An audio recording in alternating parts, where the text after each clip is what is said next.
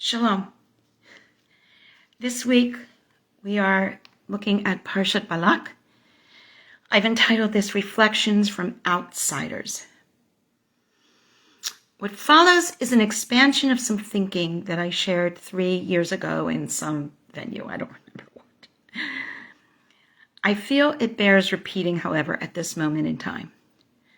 3 years ago, COVID was in full swing, and many were confused, disenfranchised, and uncertain about our future.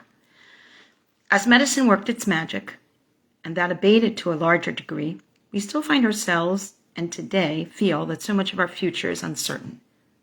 COVID persists, and there are so many issues that have amplified and become more threatening in our lives.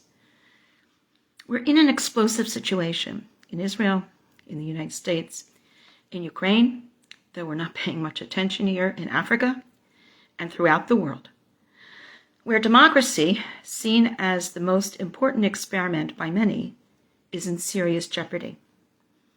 Israel specifically confronts the daily challenge of what it means to be simultaneously a Jewish state as well as a democracy, without devolving into a Jewish version of fundamentalist Muslim states, as some on the right of the spectrum would actually like to see and are trying to achieve.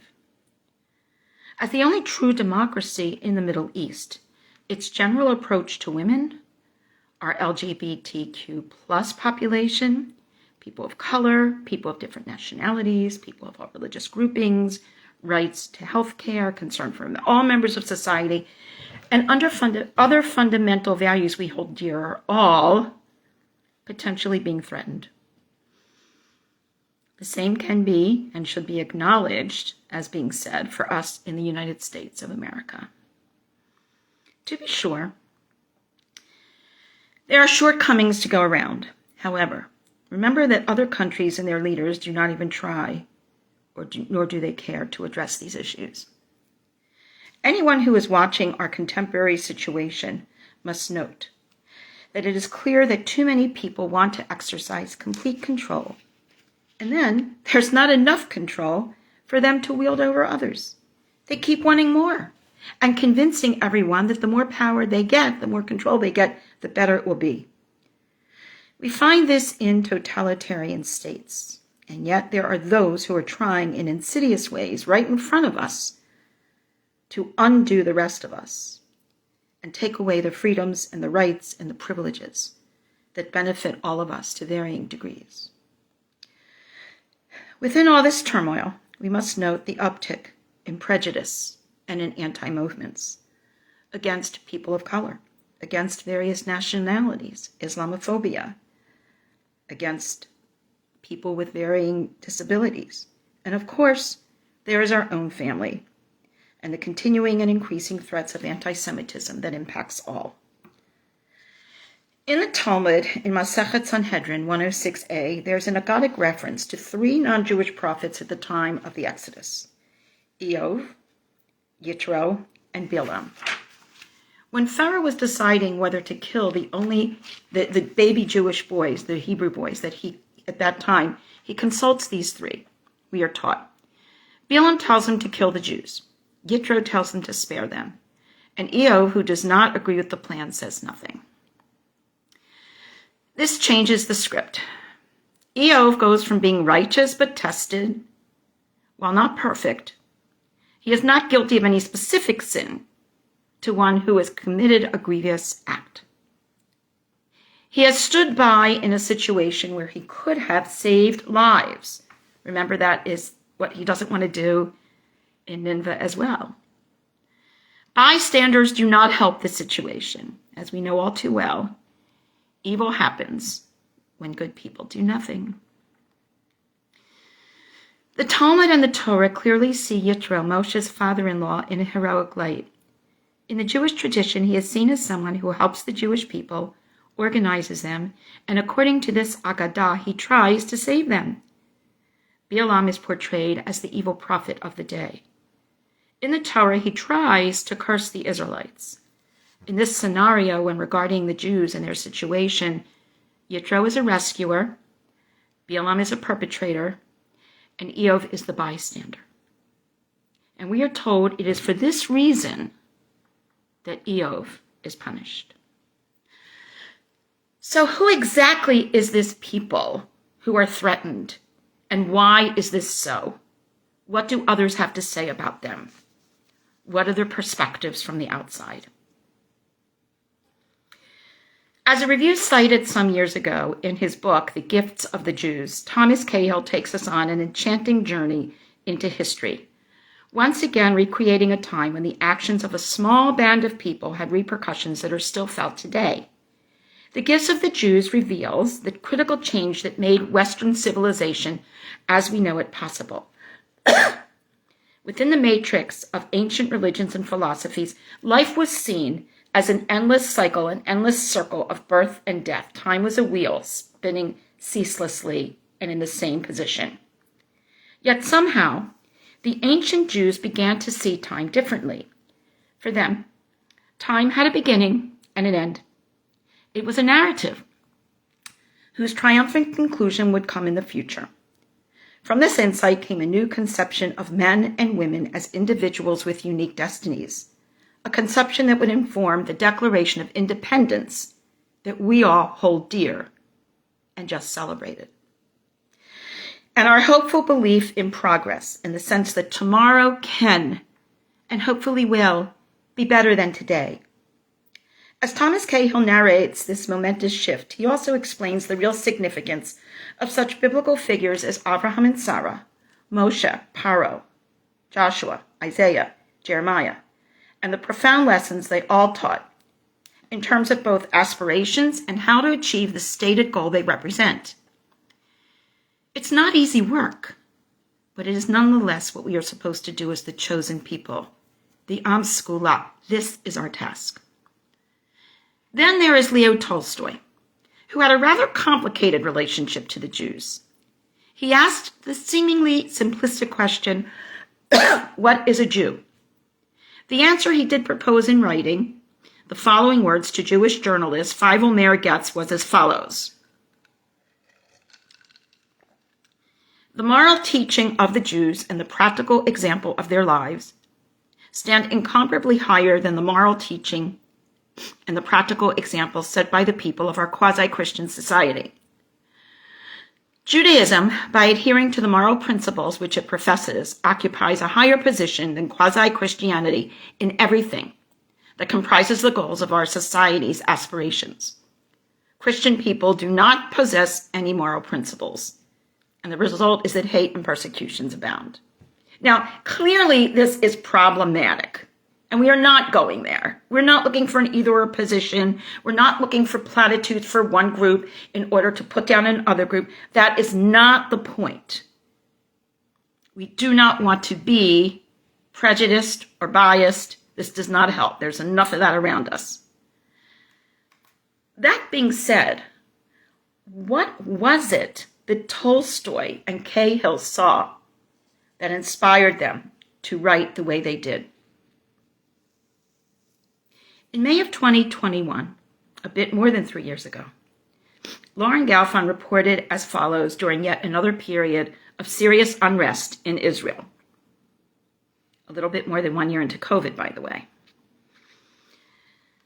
A prominent Israeli Orthodox rabbi has charged, this is her writing, that the deadly violence sweeping Israel and Gaza will not be resolved by military might, because the core of the unrest is over Jerusalem's ancient mosque and ultimately respect for religion.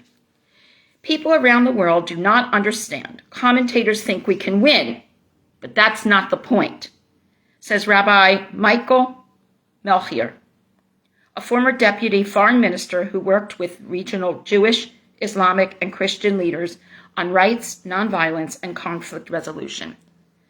As an aside, let me introduce you to Rabbi Michael Melchior. Michael Melchior was the chief rabbi of, I believe it was Norway, and came to Israel on Aliyah, served in a variety of positions in the Knesset, is a frum black hat rabbi with the hat, with the long coat, with the whole deal, who understands fundamental Jewish values and does not see a conflict between being religiously observant and true to Torah and understanding and being part of the world. In fact, he sees his identity as this observant Jewish leader in the way we're supposed to see Or LaGoyim. As I always say, you can't be an Or LaGoyim from the corner of Mea Shearim. In other words, we exemplify who we are and what we are, and in so doing, try to bring other people along. We do not put them down. He would not agree with the direction that Cahill went, for example.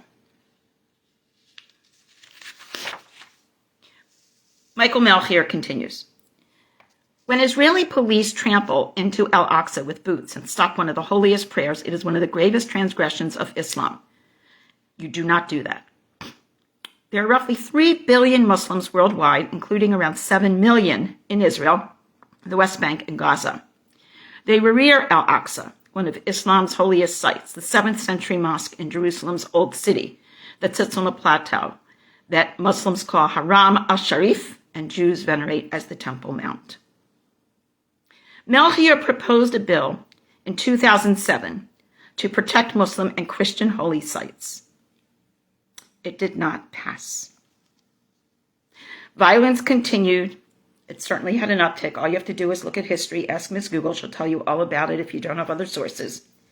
The unrest escalated. Things have gotten worse. And here we are.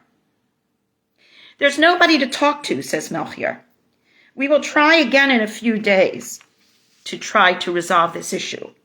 You can kill leaders, you can have military operations, but there is no such thing as deterrence.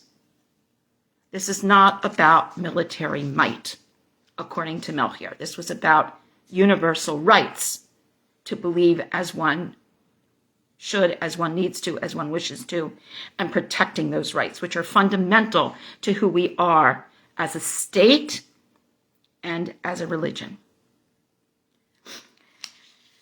During these demonstrations of which he is speaking, tens of thousands of Muslims made their way to Ramadan prayers and activities at the Al-Aqsa complex. Israeli police were saying that Palestinians were throwing stones, stormed the building and courtyard on Monday with stun grenades and rubber-tipped bullets. Over 200 Palestinians and several officers were injured. Sheikh Imad Faluki, a former Hamas official in Gaza and close colleague of Melchior, said, Muslims do not have a problem with the people of the Jewish religion, but feel disrespected by the Israeli police. Notice the distinction. It's not Israel is evil. It's not anti-Semitic. It's they are feeling disrespected by police. Right, wrong, indifferent. Melchior was there. Melchior saw it. I personally have been with him. I introduced him to a Muslim leader from Ramallah who ultimately left and came to the United States. He has wonderful relationships. He's an amazing man.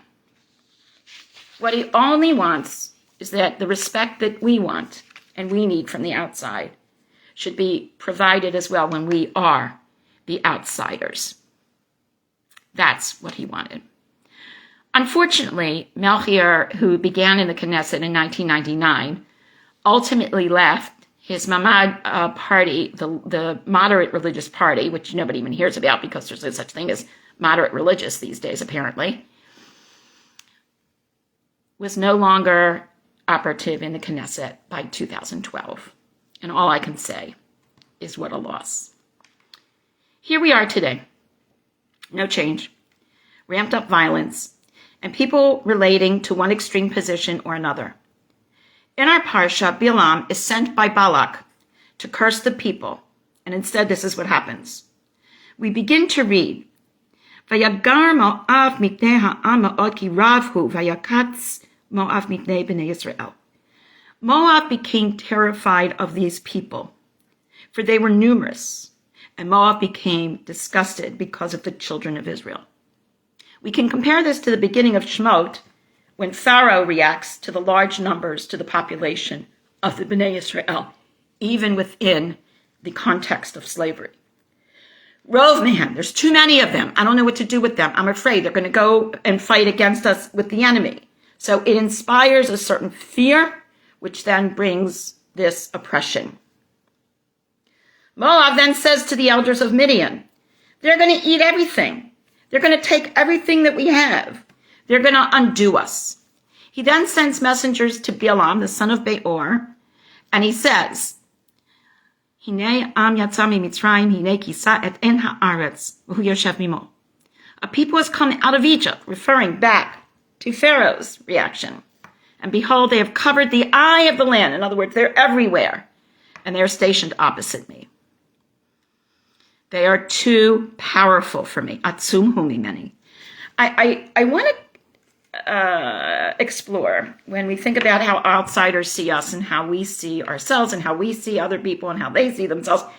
These perceptions are fascinating. We all know one of the areas that I work in is around domestic abuse.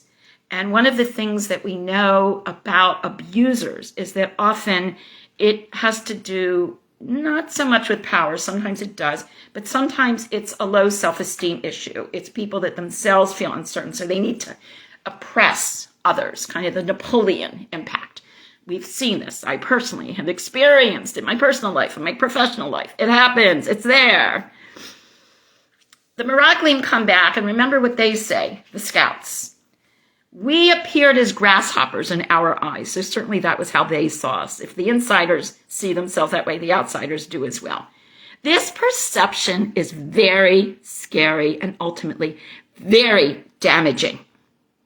And this is the context in which Balaam is called to speak out against Israel. We then have the instance with the talking donkey, which we all know about, why Balaam beats the donkey.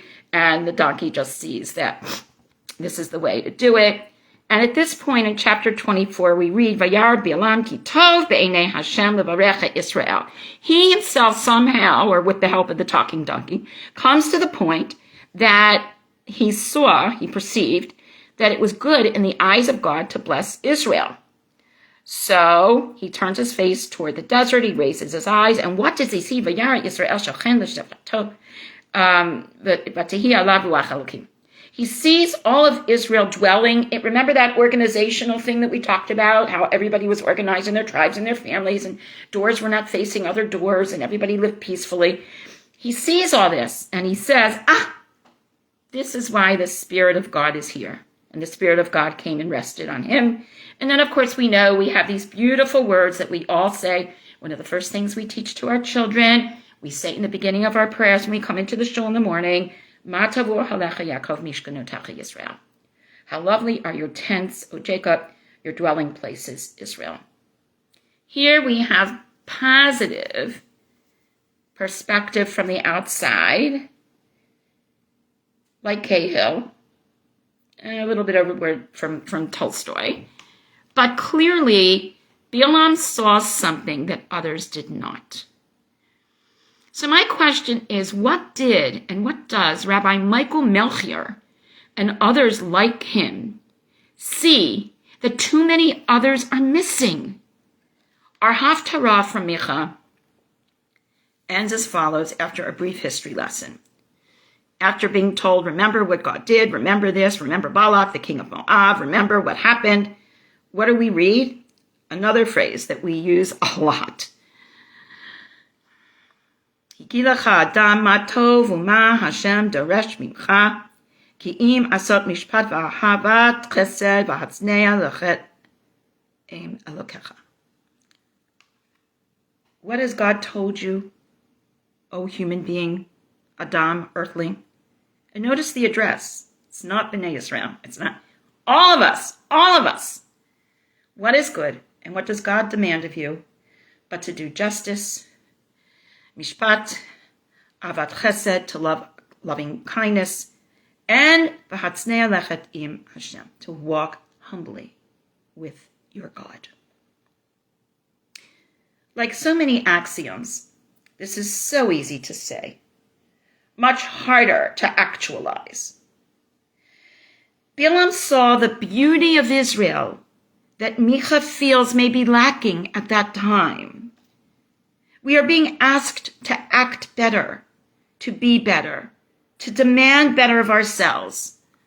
Thomas Cahill saw it.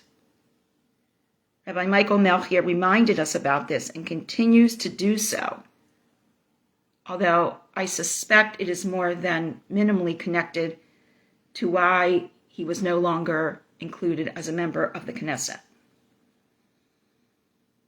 He is an ethically based Jewish Rav. He reminds us to be the best we can be so that others from the outside will continue to see that, hopefully respect that, and ideally emulate that. We learn in Pirkei Avot, Bimkom she'en anashim hishtadel liyot ish, in a place where people are not acting like humans should, try to act like that human. Why try? Because it's hard. When no one else is following the rules, how do you follow the rules? We've all explained this to our children. I'm watching my daughter explain it to her children now.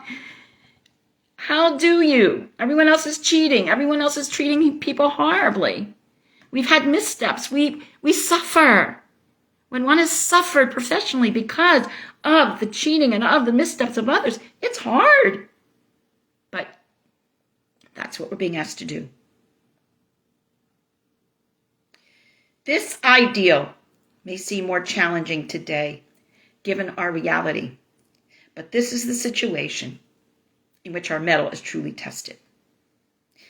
My prayer is, may we all continue to watch our words, our deeds, care about others, hold ourselves in a worthy position, remember our humble nature as human beings, and be deserving of the words of Balaam the outsider, Ma tovu halecha mishkanotecha Yisrael, and rise to the challenge that Micha sets before us, Ma tovu ma Hashem doresh mincha. What does God ask of you? Asot mishpat, do justice, ahavat chesed, love chesed, v'hatzniach lechet im Hashem, and walk humbly with your God. If we can do that, perhaps we will continue to be the dugma that we are meant to be as an or lagoyim to all of those, both inside the circles, whatever those circles are for us, as well as outside. Shabbat shalom to all. Lehitraat.